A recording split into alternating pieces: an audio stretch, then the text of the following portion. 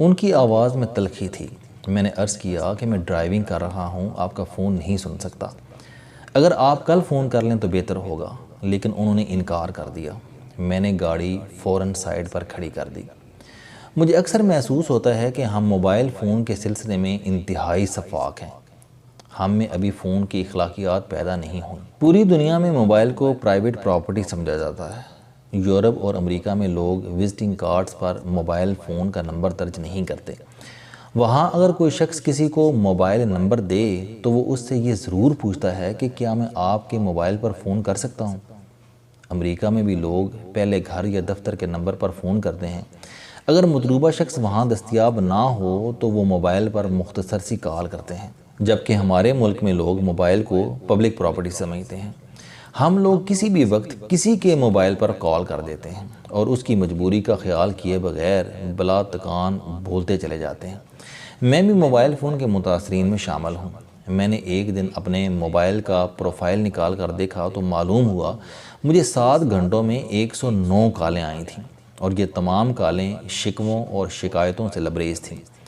میں نے اس دن سے اپنے موبائل کی اخلاقیات وضع کیں اور ان پر سختی سے کاربند ہو گیا۔ میں نے کسی کے موبائل فون پر کال کرنی ہو تو میں پہلے SMS کرتا ہوں، اسے اپنا تعارف کرواتا ہوں اور اس سے فون کرنے کی اجازت مانگتا ہوں۔ اگر اس کا مثبت جواب ملے تو میں اسے کال کر لیتا ہوں، بصورت دیگر اس کے جواب کا انتظار کرتا ہوں۔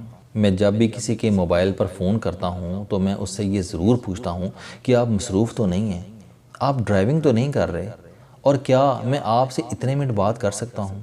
میں ہمیشہ کوشش کرتا ہوں کہ میں دوسروں کو ٹیلی فون پر بری خبر نہ سناؤں۔ اس کی وجہ میرے ایک دوست ہیں۔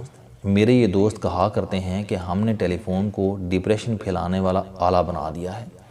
وہ کہتے ہیں کہ آپ دن میں 50 بار فون اٹھائیں، آپ کو دوسری طرف سے بری خبر ملے گی۔ کوئی نہ کوئی شخص آپ کی ٹینشن اور ڈپریشن میں اضافہ کرے گا۔ میں اپنے دوست کی بات سے اتفاق کرتا ہوں۔ ہم لوگ حقیقتاً اپنا ڈپریشن، اپنی ٹینشن اور اپنی فرسٹریشن فون کے ذریعے دوسروں تک منتقل کرتے رہتے ہیں۔ موبائل فون کا ایک مسئلہ ہماری آواز بھی ہے۔ ہم جب بھی فون کرتے ہیں تو ہم اپنی آواز میں دنیا جہان کی بدتمیزی، کرختگی، تکبر اور غصہ بھر لیتے ہیں۔ ہم یوں ظاہر کرتے ہیں جیسے دوسری طرف صدر بش بیٹھا ہے اور ہم نے اس سے ٹیلی فون کے ذریعے اس سے افغانستان اور عراق کے تمام شہداء کا بدلہ لینا ہے۔ لوگوں کی اس عادت کا مجھے ذاتی طور پر تجربہ ہو چکا ہے۔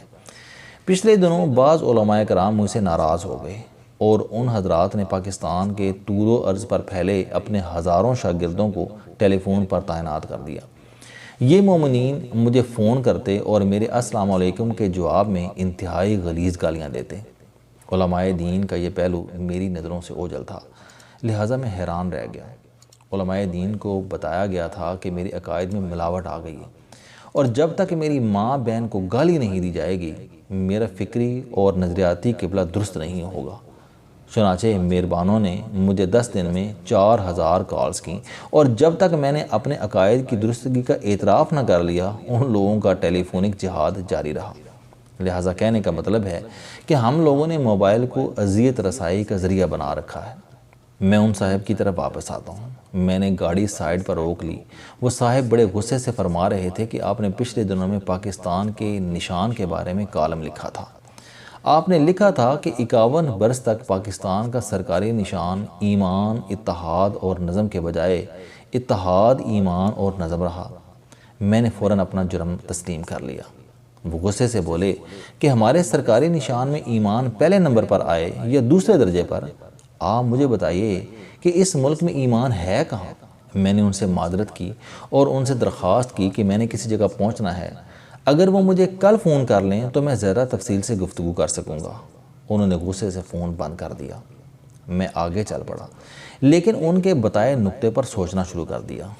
ان کی بات درست تھی۔ ہمارا سرکاری نشان ایمان، اتحاد اور نظم پر مشتمل ہے۔ ہمارے تمام سرکاری دستاویزات پر یہ قومی کمٹمنٹ درج ہے، لیکن اس ملک میں ان تینوں چیزوں کا انتہائی فقدان ہے۔ ہم سب سے پہلے ایمان کی طرف آتے ہیں۔ ایمان کے 3 درجے ہوتے ہیں: برائی کو قوت بازو سے روکنا، برائی کو زبان سے روکنا اور دل میں برائی کو برائی سمجھنا۔ ہم بدقسمتی سے ان میں سے کسی درجے میں نہیں آتے۔ ہم نے برائی کو نظریہ ضرورت کی شکل دے دی ہے۔ ہم برائی کو زمینی حقائق کہنے لگے ہیں۔ مسجد ایمان کا مرکز اور داڑھی اور نماز ایمان کا لباس ہوتے ہیں، لیکن ہماری بعض مسجدیں نفاق اور فرقہ پرستی کا میدان بن چکی ہیں۔ ہم خانہ خدا میں بیٹھ کر دوسرے مسلمانوں کو کافر ثابت کرتے ہیں۔ ہم پولیس کے بغیر اپنی مسجدوں میں نماز ادا نہیں کر سکتے، اور ہم نے اس ملک میں اہل ایمان کو دہشت گرد بنا دیا ہے۔ ہماری ایمانداری کا یہ حال ہے کہ اس ملک میں دودھ، دوا اور پانی تک خالص نہیں ملتا۔ لوگ عمروں اور حجوں کے نام پر فراڈ کرتے ہیں اور گدھوں کی اون سے جائے نمازیں بناتے ہیں۔ لوگ جیلی رنگ اور گھٹیا کپڑا بیچنے کے لیے قسمیں اٹھا لیتے ہیں۔ لوگ قرآن اٹھا کر جھوٹی گواہیاں دیتے ہیں۔ ہمارے ڈاکٹر مریضوں کے گردے چوری کر لیتے ہیں، اور ہمارے سیاستدان پارلیمنٹ میں حلف اٹھا کر لوٹے ہو جاتے ہیں۔ اور ہمارے ایمان کی یہ حالت ہے کہ ہم بش کو خوش کرنے کے لیے اپنے سینکڑوں ہزاروں لوگوں پر بم برسا دیتے ہیں۔ ہم افغانہ میں توپیں گاڑ دیتے ہیں۔ ہماری دوسری کمٹمنٹ اتحاد تھا۔ آپ کراچی سے لے کر لندی کوتل تک اتحاد کا مطالعہ کر لیجئے، ہم 60 برس بعد بھی پٹھان، بلوچی، سندھی اور پنجابی ہیں۔ ہم آج تک پاکستانی نہیں بن سکے۔ ہم آج تک کسی مسئلے پر ایک نہیں ہو سکے۔ ہم آج بھی ڈیم بنانے پر ایک دوسرے سے الجھ رہے ہیں۔ ہمارے بلوچی کو پنجابی نہیں آتی، اور ہمارا پنجابی پشتو اور سندھی نہیں سمجھ سکتا۔ ہمارے اتحاد کا یہ عالم ہے کہ ہم نے 1971 میں اپنا آدھا ملک کاٹ کر پھینک دیا تھا، اور آج تک اس کارنامے پر فخر کر رہے ہیں۔ ہماری اپوزیشن جماعتیں تک کسی مشترک ایجنڈے پر متفق نہیں ہو پاتی۔ ہماری ایم ایم اے 4 سال میں استعفوں پر اتفاق رائے قائم نہیں کر سکی، اور ہماری ہر سیاسی جماعت کئی بار سیکیورٹی رسک اور غدار قرار دی جا چکی ہے۔ ہماری تیسری کمٹمنٹ نظم تھا۔ آپ اس ملک کی سڑکوں پر نظم و ضبط کا مظاہرہ دیکھ لیجئے۔ اس ملک میں 61 برس بعد بھی قطار نہیں بن سکی۔ آج بھی لوگ ایک دوسرے کے کندھے پر چڑھ کر بجلی کا بل ادا کرتے ہیں۔ لوگ حج کے فارم کے لیے ایک دوسرے کے ساتھ دست و گریباں ہوتے ہیں، اور افطاری کی کھجور کے لیے دوسرے کو کونی مارتے ہیں۔ سڑکوں پر ہر گاڑی دوسری گاڑی سے آگے نکلنا چاہتی ہے۔ ہر چوک پر درجنوں گاڑیاں سگنل توڑتی ہیں، اور لوگ فائر بریگیڈ اور ایمبولینسوں کے راستے میں کھڑے ہو جاتے ہیں۔ اور ہمارے ملک میں نظم و ضبط کا یہ عالم ہے کہ جہاں کوئی بھی شخص کسی بھی وقت کسی بھی ادارے کا سربراہ بن سکتا ہے، اور اسے کوئی چیلنج نہیں کر سکتا۔ مجھے ان صاحب کی بات میں بڑا وزن محسوس ہوا۔ مجھے لگا کہ ہم اخلاقی، سیاسی اور سماجی ہر شعبے میں منافقت کا شکار ہیں۔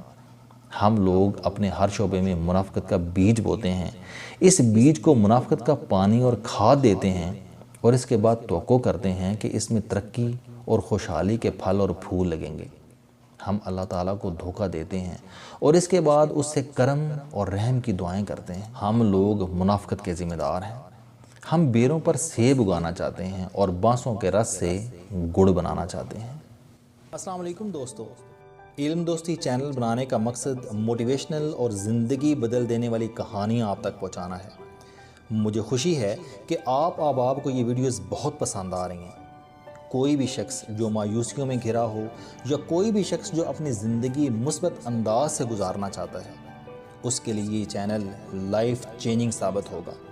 میرا دعویٰ ہے کہ کوئی بھی شخص اگر اس چینل کی ویڈیوز دیکھ اور سن لے گا تو اس کی زندگی بدل جائے گی۔ اگر آپ کو یہ چینل پسند آئے تو اسے سبسکرائب کرنا نہ بھولیں، تاکہ ہر نئی آنے والی ویڈیو آپ تک پہنچ سکے۔ اس ویڈیو کو دوسروں تک ضرور پہنچائیں، کیونکہ یہ صدقہ جاریہ ہے۔